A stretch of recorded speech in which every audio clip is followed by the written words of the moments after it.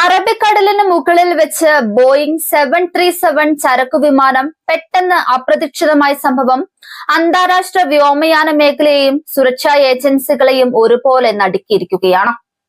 പാകിസ്ഥാനിലെ കറാച്ചി ലക്ഷ്യമാക്കി പറന്ന വിമാനമാണ് യാതൊരുവിധ സൂചനകളും നൽകാതെ റഡാറുകളിൽ നിന്നും പെട്ടെന്ന് അപ്രത്യക്ഷമായത്. വിമാനത്തെയും അതിലുണ്ടായിരുന്ന ജീവനക്കാരെയും കണ്ടെത്താനായി നിലവിൽ അറബിക്കടലിൽ യുദ്ധകാലാടിസ്ഥാനത്തിൽ വൻ തിരച്ചിൽ ദൗത്യമാണ് പുരോഗമിക്കുന്നത്.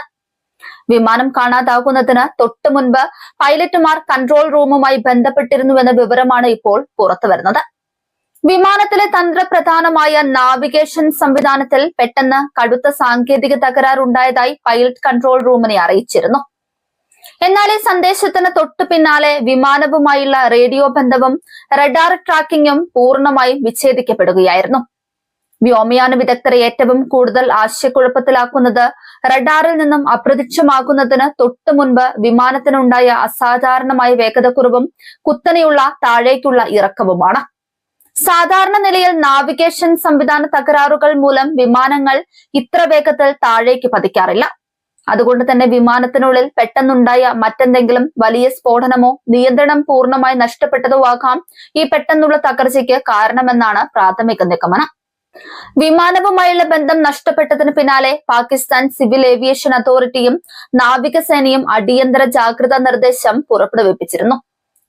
വിമാനം കടലിൽ പതിച്ചിരിക്കാനുള്ള സാധ്യത കണക്കിലെടുത്ത് ആധുനിക കപ്പലുകളും ഹെലികോപ്റ്ററുകളും തിരച്ചിലിനായി നിയോഗിക്കപ്പെട്ടു. മണിക്കൂറുകൾ നീണ്ട കഠിന തിരച്ചിലിനൊടുവിൽ പാകിസ്ഥാനിലെ ഒർമാര തീരത്തിന് തെക്കുഭാഗത്തുള്ള കടൽ മേഖലയിൽ നിന്നും ചില അവശിഷ്ടങ്ങൾ കണ്ടെത്താൻ സാധിച്ചിട്ടുണ്ട്. കണ്ടെത്തിയ അവശിഷ്ടങ്ങൾ കാണാതായ ബോയിംഗ് 737 വിമാനത്തിന്റേത് തന്നെയെന്ന് അധികൃതർ സ്ഥിരീകരിച്ചിട്ടുണ്ട്. ഇതോടെ വിമാനം കടലിൽ തകർന്നു വീണു എന്ന കാര്യത്തിൽ ഏകദേശം ഉറപ്പായി കഴിഞ്ഞു. എന്നാൽ വിമാനത്തിലുണ്ടായിരുന്ന 5 ജീവനക്കാരെ കുറിച്ച് ഇതുവരെ യാതൊരു വിവരവും ലഭ്യമല്ല എന്നത് ആശങ്കയുടെ ആഴം കൂട്ടുന്നുണ്ട്. ജീവനക്കാർക്കായി കടലിന്റെ വിവിധ ഭാഗങ്ങളിൽ തിരച്ചിൽ ഊർജിതമാക്കിയിരിക്കുകയാണ്. പാകിസ്ഥാൻ നേവിയും എയർഫോഴ്സും സംയുക്തമായാണ് ഈ വലിയ രക്ഷാപ്രവർത്തനത്തിന് നേതൃത്വം നൽകുന്നത്. കടലിലെ ശക്തമായ കാറ്റും മോശം കാലാവസ്ഥയും തിരച്ചിൽ ദൗത്യത്തിന് വലിയ വെല്ലുവിളിയാണ് ഉയർത്തുന്നത്. കടലിന്റെ അടിത്തട്ടിലേക്ക് താഴ്ന്നുപോയ വിമാനത്തിന്റെ പ്രധാന ഭാഗങ്ങളും ബ്ലാക്ക് ബോക്സും കണ്ടെത്താൻ പ്രത്യേക സോനാർ സംവിധാനങ്ങൾ ഉപയോഗിച്ചുള്ള നിരീക്ഷണവും ആരംഭിച്ചിട്ടുണ്ട്. അപകടത്തിൽപ്പെട്ട ബോയിംഗ് 737 വിമാനത്തിന്റെ പഴക്കവും അതിന്റെ മുൻകാല അറ്റകുറ്റപ്പണികളുടെ ചരിത്രവും അന്വേഷണ ഉദ്യോഗസ്ഥർ പരിശോധിച്ചു വരികയാണ്. ചരക്ക് വിമാനങ്ങൾ പലപ്പോഴും വലിയ ഭാരവും വഹിച്ചുകൊണ്ട് ദീർഘദൂരം സഞ്ചരിക്കുന്നതിനാൽ ഘടനാപരമായ എന്തെങ്കിലും തകരാറുകൾ വിമാനത്തിനുണ്ടായിരുന്നോ എന്നും സംശയിക്കുന്നുണ്ട്.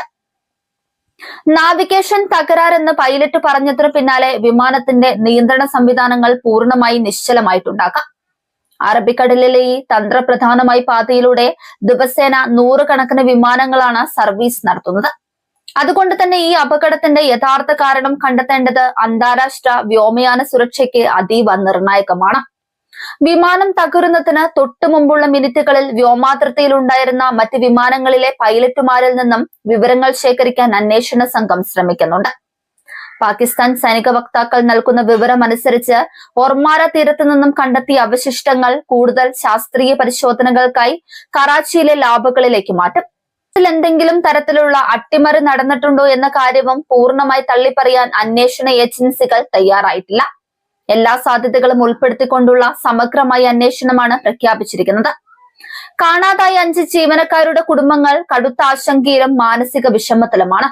വിമാനം അപ്രതീക്ഷിതമായി മണിക്കൂറുകൾ പിന്നിട്ടിട്ടും അവരെക്കുറിച്ച് ശുഭകരമായ വാർത്തകളൊന്നും ലഭിക്കാത്തത് വലിയ ദുരന്തത്തിന്റെ സൂചനയാണ് നൽകുന്നത്. എങ്കിലും ജീവനക്കാർ ആരെങ്കിലും കടലിൽ രക്ഷപ്പെട്ടിട്ടുണ്ടാകാമെന്ന നേരിയ പ്രതീക്ഷയിൽ ലൈഫ് ജാക്കറ്റുകളും ബോട്ട് അവശിഷ്ടങ്ങളും കേന്ദ്രീകരിച്ച് തിരച്ചിൽ തുടരുകയാണ്. അന്താരാഷ്ട്ര വ്യോമയാന സംഘടനകളും ഈ അപകടത്തെക്കുറിച്ച് കൃത്യമായി വിവരങ്ങൾ ശേഖരിക്കുന്നുണ്ട്. ബോയിംഗ് കമ്പനിയുടെ സാങ്കേതിക വിദഗ്ധരും പാകിസ്ഥാന്റെ അന്വേഷണ സംഘവുമായി സഹകരിച്ചേക്കും. വിമാനത്തിന്റെ ഡിസൈനിലോ നിർമ്മാണത്തിലോ ഉള്ള എന്തെങ്കിലും പിഴവുകൾ ഇതിന് കാരണമായിട്ടുണ്ടോ എന്ന് കണ്ടെത്താൻ ബോയിംഗ് പ്രതിനിധികളുടെ സാന്നിധ്യം അനിവാര്യമാണ്. വരും ദിവസങ്ങളിൽ വിമാനത്തിന്റെ പ്രധാന അവശിഷ്ടങ്ങളും ബ്ലാക്ക് ബോക്സും കണ്ടെത്താൻ കഴിഞ്ഞാൽ മാത്രമേ ഈ ദുരൂഹമായ അപ്രത്യക്ഷമാകലിന് പിന്നിലെ യഥാർത്ഥ കാരണം പുറത്തു കൊണ്ടുവരാൻ സാധിക്കുകയുള്ളൂ. പൈലറ്റുമാരുടെ അവസാന സംഭാഷണങ്ങളും വിമാനത്തിലെ ഡാറ്റയും അടങ്ങുന്ന ബ്ലാക്ക് ബോക്സിനായുള്ള തിരച്ചിലിലാണ് ഇപ്പോൾ മുൻഗണന നൽകുന്നത്. അറബിക്കടൽ വീണ്ടും ഒരു വിമാന ദുരന്തത്തിന് സാക്ഷിയാക്കുമ്പോൾ ലോകം മുഴുവൻ അതീവ ഞെട്ടലിലാണ്.